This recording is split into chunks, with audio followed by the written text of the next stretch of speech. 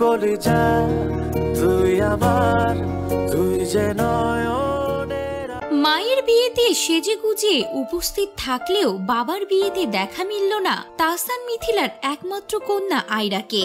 হ্যাঁ ভিউয়ার্স, যখন সৃজিত মুখার্জিকে বিয়ে করেন রাফিয়াত রশিদ মিথিলা, সে সময় সেজেগুজে মায়ের বিয়েতে হাজির হয়েছিল ছোট্ট খুদে। তবে বাবার বিয়েতে অন্য চিত্র, কোথাও দেখা মিলল না রাফিয়াত রশিদ মিথিলার ও তাহসান কন্যা আয়রাকে। বরং মায়ের সঙ্গে সময় পার করলো আয়রা। বাবা তাহসান খানের বিয়ের দিন মায়ের সঙ্গে ছবি তুলেছেন, সেই ছবি আবার পোস্ট করে নিয়েছেন রাফিয়াত রশিদ মিথিলা। এখন কেউ কেউ বলছেন, কেন বাবার বিয়েতে উপস্থিত থাকতে দেখা গেল না আয়রাকে, অথচ মায়ের বিয়ের সময় তো ঠিকই সেজেগুজে হাজির হয়েছিল ছোট্ট আয়রা। তবে কি রাফিয়াত রশিদ মিথিলা তাহসানের বিয়েতে ইচ্ছে করে মেয়েকে পাঠাননি? অবশ্যই তিনি কি রাগে ক্ষোভে পড়ে এমন কাজ করেছেন?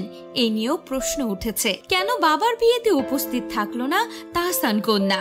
অন্যদিকে নতুন স্ত্রীকে নিয়ে ব্যস্ত সময় পার করছেন তাহসান খান, বউকে নিয়ে আবেগময় পোস্টও করেছেন। সুন্দরী স্ত্রীকে দেখে অবাক হয়েছেন নেটিজেনরা, প্রশংসায় ভাসছেন তাহসান খান। অন্যদিকে সংসার ভাঙতে বসেছে মিথিলার, বর্তমানে মেয়েকে নিয়ে একাই সময় কাটছে মিথিলার। তাই তো প্রাক্তন স্বামীর বিয়ের দিনে মেয়েকে নিয়ে ছবি পোস্ট করতে ভুললেন না মিথিলা।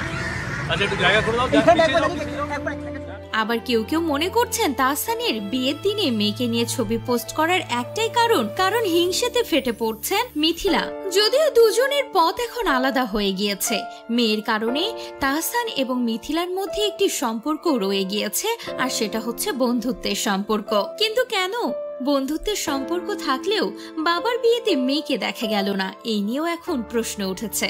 তো ভিউয়ার্স, আপনাদের কি মনে হয়, মিথিলাই কি তার মেয়ে আয়রাকে তাহসানের বিয়েতে পাঠাননি, নাকি এর পেছনে রয়েছে অন্য কারণ? অবশ্যই কমেন্ট করে জানাতে ভুলবেন না।